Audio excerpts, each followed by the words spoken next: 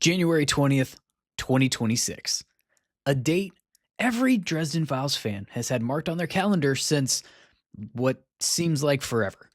That's the day that 12 Months, the next book in the Dresden Files series, releases, and it's continuing to draw nearer and nearer.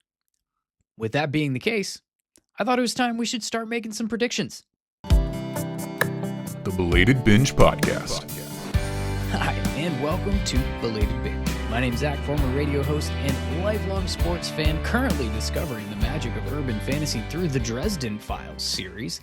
Subscribe on whatever app that you are using right now, and let's get into today's discussion about 12 Months that is upcoming, and spoilers for all the things that have happened in the Dresden Files so far. I thought that we would start today with what we know. It's called 12 Months.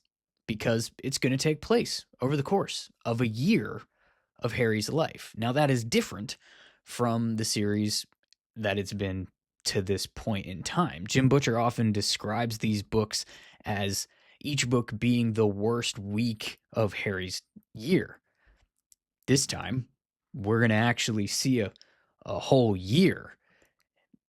So that's going to be different. And I remember seeing in some interviews where he's talked about the challenges that is presented in writing, because normally it's this, super high-paced one thing after another, just beating Harry up for a few days and then, let him go for a year. Fill us in later on what happened. This time he actually has to go through the entire year. And so it's supposed to show the fallout, the emotional toll that is taken on this character, Harry Dresden, all the things that he's been through, with likely an emphasis on losing Murphy, obviously, in Battleground. But it's, again, a completely different look, a shift in tone, a shift in way we get to see Harry in his life. And Battleground left us with two separate plot points that are all tied to this same timeline that's being explored, because they're both supposed to be concluded within that time period. The first one was Listens to Wind, who told Harry that he would go about whatever process is needed in order to gain permission from whoever to explain to Harry what being starborn means, and what the expression stars and stones actually means. Because obviously, and I believe this actually took place in Peace Talks, not Battleground, but it was Ebenezer that was like, stop using that expression. You don't even know what it means. Well, he might find out. But Listens to Wind said he needed a year to get the proper sign-off, to get the proper permissions from whoever it is that needs to grant it, for Harry to know about himself. The second thing is the negotiated, I guess you could say, period of time that Harry and Lara and Molly helped with this as well. Talked Mab into allowing them to have a year of basically courtship before their arranged marriage actually takes place. So we've got these two plot points, major plot points for Harry, our Wizard of Chicago, to have to deal with and navigate, that are all tied to this kind of arbitrary deadline of 1 year from Battleground taking place. And so that's what 12 Months is going to explore, presumably, right? That year. And here's the description that we have for the book, based on, honestly, I don't remember which app that I pulled this from, but it's the description that came with, promoting the book. Harry Dresden, Chicago's only professional wizard, has always managed to save the day. But in this powerful entry in the #1 New York Times best-selling Dresden Files, can he save himself? 1 year, 365 days, 12 months. Harry Dresden's been through a lot, and so has his city. After Harry and his allies narrowly managed to save Chicago from being razed to the ground, everything is different. And it's not just the current lack of electricity. In the battle, Harry lost people he cared about, and that's the kind of loss that takes a toll. Harry being Harry, he's doing his level best to help the city and his friends recover and rebuild, but it's a heavy load, and he needs time. But time is one thing Harry doesn't have. Ghouls are prowling Chicago and taking out innocent civilians. Harry's brother is dying, and Harry doesn't know how to help him. And last but certainly not least, the Winter Queen of the Fae has allied with the White Court of Vampires, and Harry's been betrothed to the seductive, deadly vampire Lara Wraith to seal the deal. It's been a tough year. More than ever, the city needs Harry Dresden the Wizard. But after loss and grief, is there enough left of Harry Dresden the man to rise to the challenge? Are there people who know more than this? Undoubtedly. I'm sure advanced copies of the books have been read, sent out, speculated upon, feedback given. I'm not on that list. So that's what I and the general public know to be fact about the upcoming book, 12 Months. Can we speculate?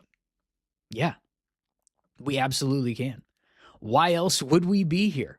And if you want early access to that speculating, as well as other bonus content and perks, join Patreon, patreon.com/belatedbinge. There is a link in the description. And today, we're going to speculate on some 12-month predictions. I've shared some of this in bite-sized chunks at Belated Binge on social media, but I wanted to dig in further and talk to you with just more thoughts and fleshing out these predictions or theories or speculations, whatever you want to call them. I've got 5 of them as of right this second that I want to share with you today. The first one of these is that I think that Harry is going to spend the entire book trying to figure out a way out of marrying Lara Wraith, just to figure out by the end he actually wants to. But because he wants to, it's not going to happen. And there's going to be some kind of crazy, chaotic reason aside from Jim Butcher liking to just pummel Harry and take everything away from him and just beat him into submission with every single book in this series. And the reason that I think that I think it's very plausible that he's going to obviously be trying to get out of this arranged marriage. It's arranged. It wasn't his idea. He doesn't want to do it. He's terrified of Lara. He probably is terrified of Lara, right? They go back and forth. But I think that, and I talked about this in a previous episode on this podcast about how the two of them actually do work really well together, and there actually could be something very compelling about having those two team up in a more regular fashion, or I guess even a more romantic fashion, if you will. Well, you would, because it's a marriage, I guess you will. So some of the reasons for that, and for this, it's less about the actual physical attraction part. This is less about the potential romantic storyline. It's more about the fact that these two actually do make incredibly astute, poignant, effective allies when they team up, and having the pair of them team up more often and in a more organized fashion, and not have this. They always have this sort of like the necessary, I guess, like song and dance that they have to go through every single time they come together, where it's like, oh, we're actually enemies. Oh, we're going to throw some threats at each other because, oh, we're both dangerous to each other. And, you're bad and I'm righteous and whatever else. But it never holds any water at all or has any actual bearing on the plot or the story that's taking place. Usually it's a couple of back and forth quibbles, and then they realize that it's in their best interest to work together, and they give themselves their little truce, and we're working together just through this, and then we'll go back to hating each other after this, and then the next time they have to come together, well, we're going to work together for this, and then we'll go back to hating each other after this. And I think at some point in time we just have to come to the realization that these two don't actually hate each other, and they actually just work together really well. And so seeing the seeing the benefit of that could be something that happens for him over the course of the 12 months that it's spanning up to their, arranged nuptials. And I think it's plenty of time for Harry to have some kind of a realization that, like, oh, this would actually potentially be good. And of course, then they can also have some kind of, because there is a physical attraction, obviously. So you can work that in as well. I'm not the romance writer. Not really my bag. But that's why I think that he will ultimately, I think that's the foundation of which you can build upon, having him actually want to be aligned with her more directly. And then again, because Jim Butcher takes everything away from Harry Dresden, he's going to take away that allyship in some form or fashion. I don't know if it'll be tied to them finally getting Thomas out, or maybe they can't save Thomas, and that's the straw that breaks the camel's back, I guess, for the old metaphor. Maybe that's where Lara finally loses it and snaps, because she almost snapped when he put him in there in the first place because of that communication issue, all that stuff that we have already seen. So that's my thoughts, I guess, on theory prediction number 1 for the book. And I'm interested to see where they take that, because it could be very, very compelling. And obviously they're going to spend a lot of time on it because we've got our arbitrary deadline. So the second prediction, I guess I keep calling these predictions, really they're guesses, let's be real, is that Harry's going to reveal some kind of plan that he had to thwart the Black Council that involved getting himself removed from the White Council on purpose. Now with this, and I've seen some people speculating about this on TikTok. By the way, my TikTok has been awesome here lately since I started making videos about Dresden Files. Somehow the algorithm has found the fans of Dresden, and they are flocking to my TikTok, and I am just stoked about it, because every time I post about this series and this character, I get a lot of great discussion in the comments, and that's literally what I do it for. So some of that has pointed out people with theories that Carlos has been Harry's inside man within the council this whole time, and that him being the one to investigate him being the one to actually tell him he's been exiled from the White Council, has all been kind of part of the plan to get Harry out of there and have Ramirez on the inside as his mole. So I think that could be something that we see as part of that plan. But even if it's not, I think that there's going to be some kind of underlined plan that Harry has, that he needed to be separated from the White Council, out of the removed from the political nature of being a part of the White Council, in order to properly investigate the Black Council's infiltration of the White Council in the first place. And so I think that that's going to be revealed somewhere in 12 months. I don't know that I don't think it'll be culminated. I don't think we'll get a resolution to that whole story arc within 12 months, but I do think that there is going to be some kind of a reveal towards that. Like, yeah, I had to get myself removed so that I can investigate them in this way. I can go more on offense and not have to be constantly playing defense within the walls. I think Ebenezer, as a part of that whole thing, was not in on Harry's plan to get himself removed, and he's going to be super pissed when he finds out about it, but he will ultimately be supportive once he gets over his hatred for the White Court and Harry's attachment to them. But I think that particular part is going to take longer than the 12 months book. I think it's going to take multiple books for that to actually get a resolution, especially with the whole Harry's engaged to Lara part of this whole thing. Like, I don't think Ebenezer is going to be able to get over that shit. So his part in that is going to extend beyond this book and going to be like a future thing that gets resolved within that. But again, I think it's all part of that Black Council story plot and Harry's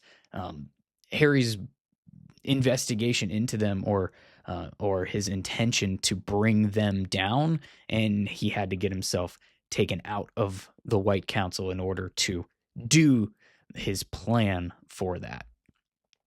The third prediction that I have is that Harry is going to learn what Starborn means, and he's also going to learn within that all the people he trusted or has relied upon have kept that from him as some part of a like plan to use him, or at least to gratify their own ends, a means for their own agenda, if you will. And I think that some of those are going to be like Ebenezer, who I mentioned a second ago.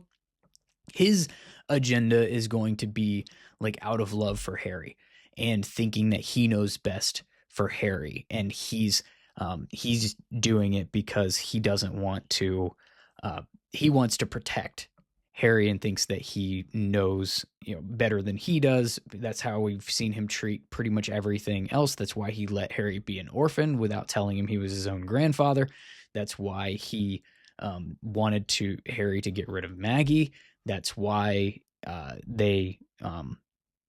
he didn't actually raise Harry's mom until she actually showed power, and he became more like her mentor, if you will.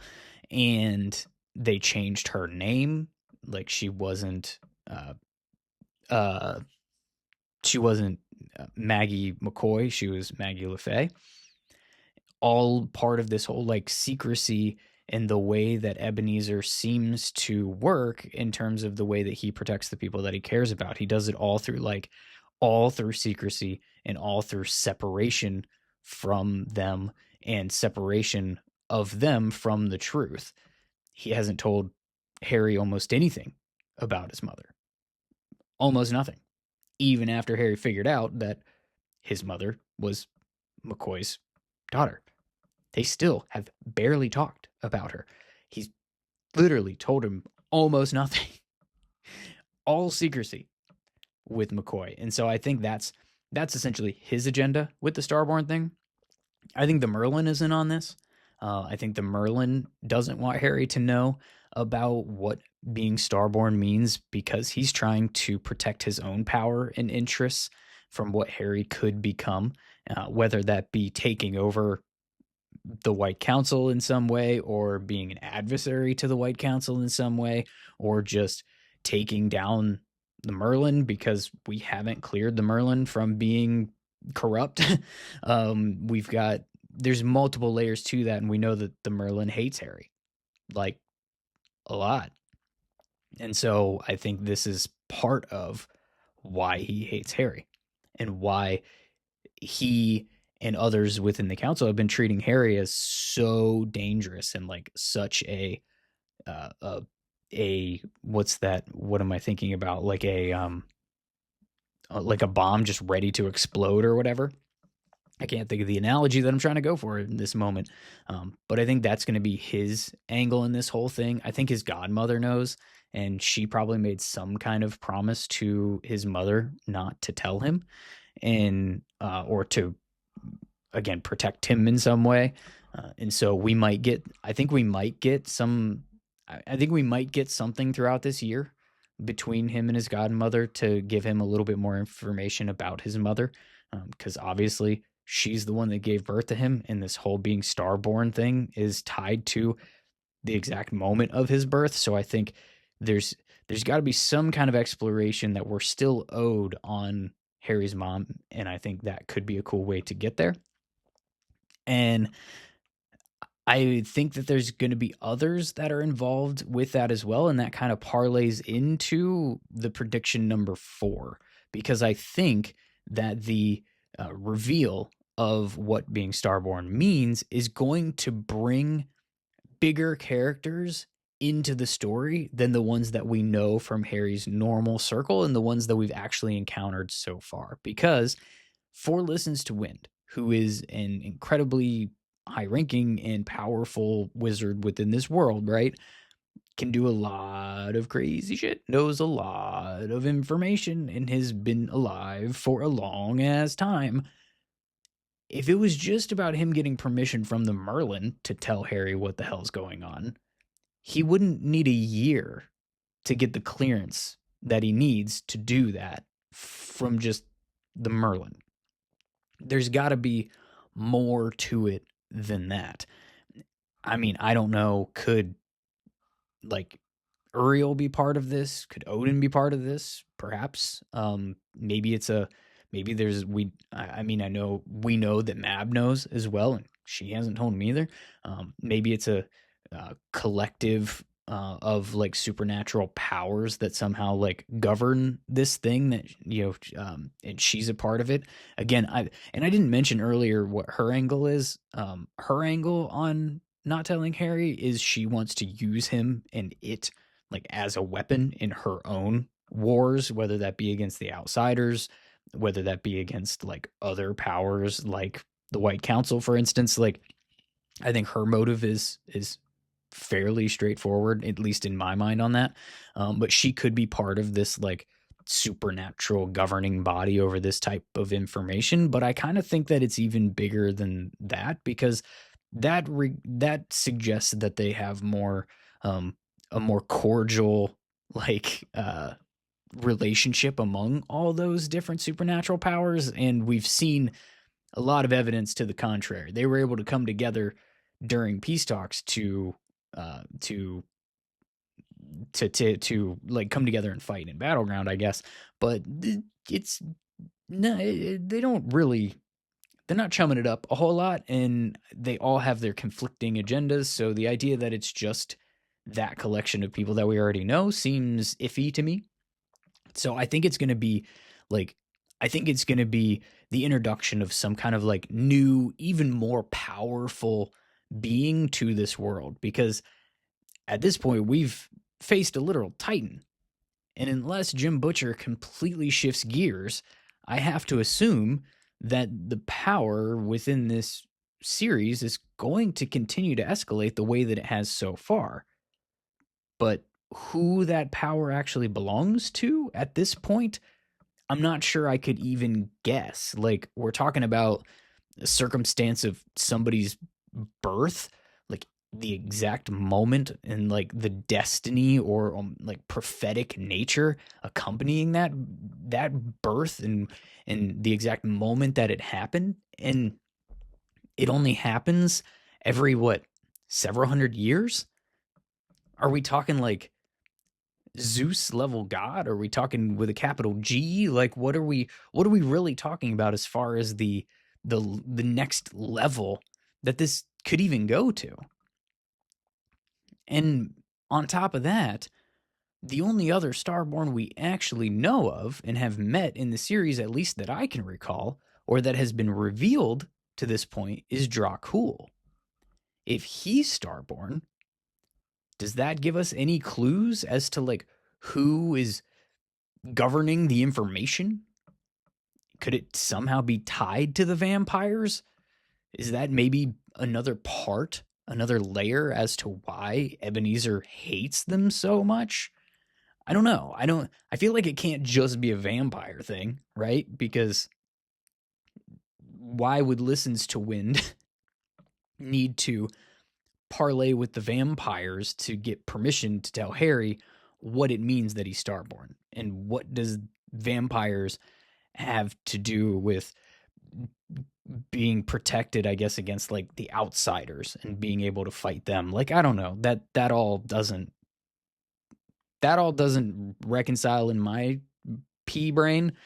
So I'm not sure that it has a whole lot of bearing, but I do think that it is. I think it is going to be a vehicle to the next escalation of power within the series. The last prediction that I have about 12 months is a little bit. Would this be a way to say? Is this what meta actually means? Not like Instagram and Facebook, but the actual term meta, the real word. Like, because I think that the new novella Outlaw that was announced that you can pre-order at this moment for like May, I think it's a little bit of like a spoiler hint, because it comes out obviously after 12 months, and I think that being titled Outlaw suggests that at the end of 12 months, Harry is going to be an outlaw. And how is he not already an outlaw? He already got removed from the White Council. So I have a couple of thoughts as to how he gets there. One could be that he either breaks one of the laws of magic in order to get through whatever he has to get through in 12 months, which would leave him as a fugitive, an outlaw of the White Council, because they're the governing body over the laws of magic. So he could do that. Or he could actually manage to break himself free of the Winter Mantle, putting him outside of Mab's law and Winter's law, in addition to the White Council's law. And so because he's now been broken away from the White Council and broken away from Winter, like, he's completely on his own and outside, and probably has people gunning for him from all factions of, power and governance within this world. And so it literally makes him an outlaw from everybody. Granted, I have seen some people speculating in like my comment section in TikTok that the way that he's going to break free from Winter is by getting with Lara and having her demon feed on the Winter Mantle and ultimately kill the Winter Mantle. And that's how he's going to be released from Mab's influence over him, which I do think is an interesting theory and thought process to go through. And if there's a good time to do that, it might be during 12 months when the two of them are in this forced courtship. So maybe that could be where we're heading. I'm not 100% sure that I'm fully committed to that, but I think it's telling. Again, you can't say that you're releasing a novella that you can already pre-order called Outlaw and not come to the conclusion that whatever happens in 12 months, it's going to leave Harry as a proverbial outlaw, obviously. So it's where this fun speculation is, again, in between. How does he get there, and what do we truly mean by outlaw? Because this entire series, Harry has comported himself like an outlaw. He's been the outsider in all of his, situations, all the way from book one, whether that was when he had the Doom of Damocles over his head, whether that was him being a wizard openly in Chicago where everybody thinks he's an absolute nutcase. He's an outlaw from the police department that is totally fine with using him in investigations, but also has no problem believing that he's the one that did it and is guilty, and throwing him in jail and calling him a charlatan the entire time that they're using his expertise. You've got the White Council who, even after lifting the Doom of Damocles off of him, has treated him as if he's just a rogue sorcerer who's full of black magic and just a ticking time bomb, who has an agenda to take down their whole way of life the whole time. He's always been treated as a threat within his own actual, wizarding organization. He's been literally an outlaw in terms of being suspected of portraying like murders, and he's been on the run from the real law and magical law, and now he's the Winter Knight, and that's pretty much an outlaw position. Like that's kind of the whole gig. And so I think that outlaw is an interesting use of phrase, I guess, for that next novella, to think like, how is that different than what Harry has been this whole time? And 12 months is where we're going to find out what makes that different than what we've seen this whole time. What do you think? Which of these predictions do you think is most likely to actually hit? Do you have any of your own? Let me know in the comment section. If you enjoyed this, please like the video and subscribe to the channel if you are watching on YouTube. I was trying to hit 700 subscribers by Christmas, and I think we're going to fall short unless I get a whole lot of your help right now. And if you're listening to this on a podcast player that doesn't allow you to comment, you can still follow. Please don't miss another episode, and leave a review if it will let you. That'll be super helpful in growing the show, and I would greatly appreciate it. And again, don't forget about Patreon, where you've got bonus content and other cool benefits. Patreon.com/belatedbinge, and check out more episodes for more of my shenanigans here with Belated Binge.